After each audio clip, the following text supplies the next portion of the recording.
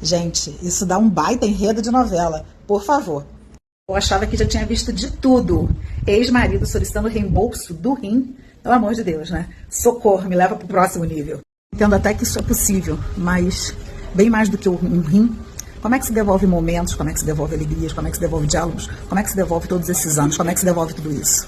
Me ajude a refletir. A entrega de um rim não simboliza uma entrega absoluta. E o retorno dele, segundo a psicanálise, esse pedido me remete a querer ter um controle, até um pouco de narcisismo. Não sei se você concorda, mas comenta lá na minha caixinha, que eu quero saber a sua opinião. O que você entende? Que reação é essa? Que troca severa e pode até parecer um tanto cruel sobre isso.